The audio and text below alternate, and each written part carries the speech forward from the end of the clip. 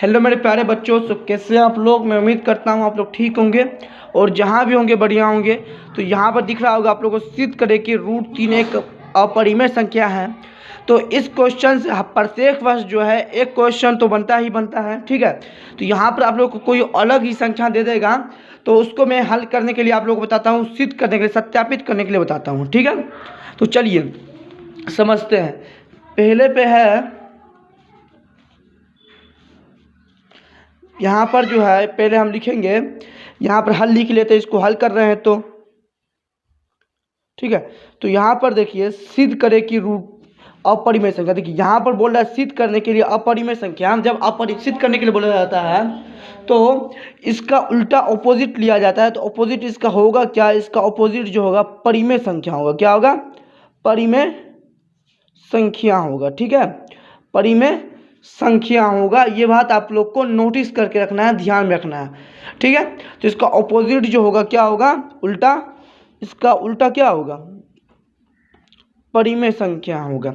तो इसको हम मानेंगे क्या? इसका हमको मानना ये होगा, ये हम मानते हैं कि माना कि, या कल्पना कर सकते हैं, यहाँ पे लिख सकते हैं, या कल्पना किया, माना कि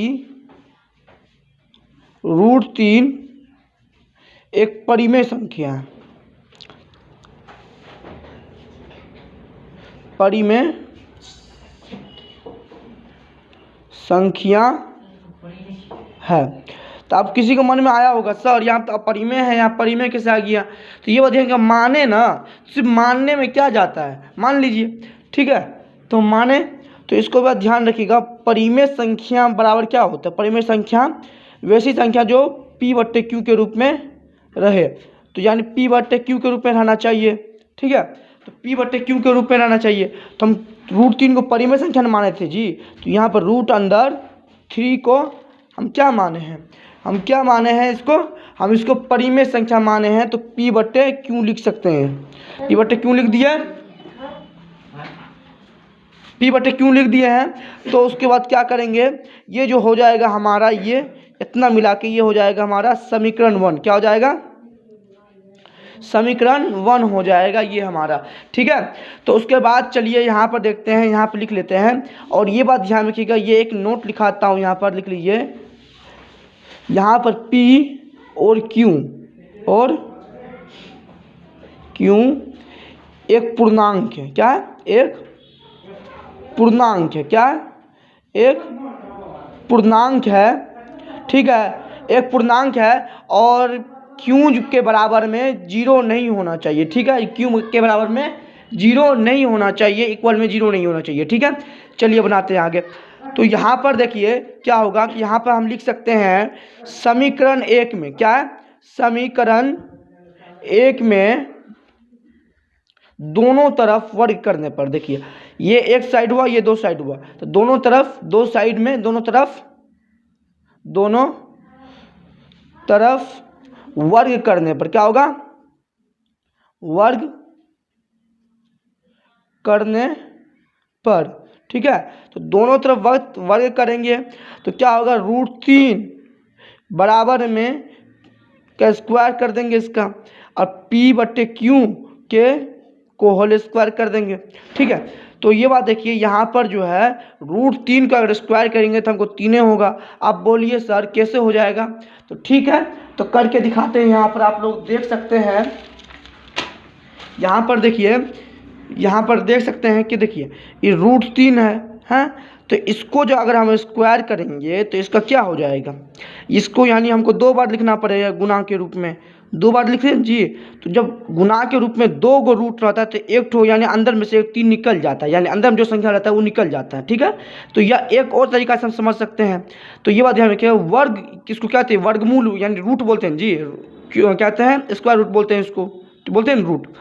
तो स्क्वायर रूट यानी स्क्वायर मतलब होता है 2 और रूट मतलब ये, तो यानी ये 2 के मुकाबले हुआ। ऊपर में, यहाँ देखिए ऊपर में 2 है, तो ऊपर वाला स्क्वायर से इसको काट सकते हैं इससे, तो बच गया क्या? 3। तो ये हमारा आंसर हो जाएगा, ठीक है।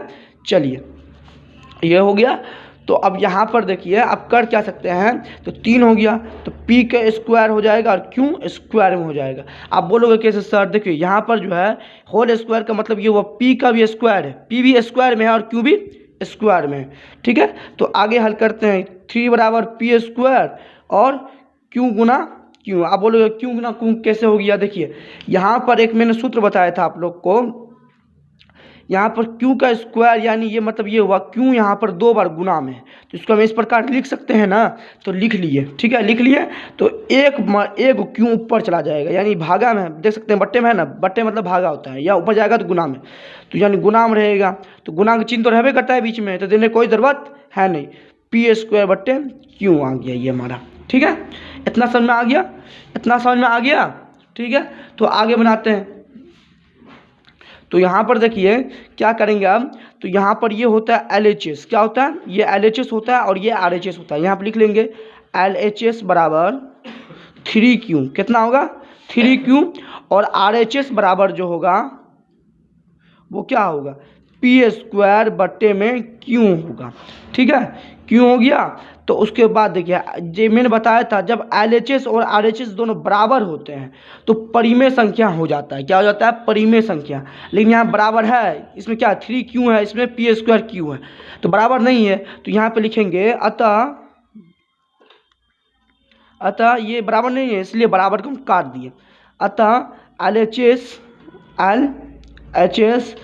नॉट इक्वल टू यानी बराबर नहीं RHS, यानी LHS जो है RHS के बराबर नहीं है। ठीक है, तो यहाँ पर हम लिखेंगे चूँकि हमने हमारी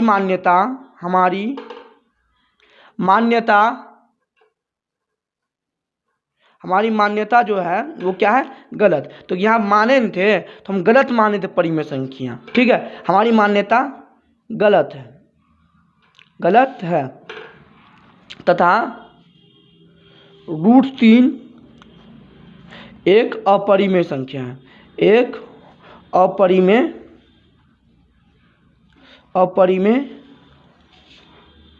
संख्या है। ठीक है, अपरिमेय संख्या है। ठीक है, ये हमारा बोल रहा था सिद्ध करने के लिए, मैंने आप लोग के सामने सिद्ध कर दिया और ये उतार लीजिएगा। ठीक है, माना कि √3 परिमेय संख्या है, तो ये इसका है, सामने में मैंने लिख दिया है पूर्णांक है, ये लिख दिया मैंने।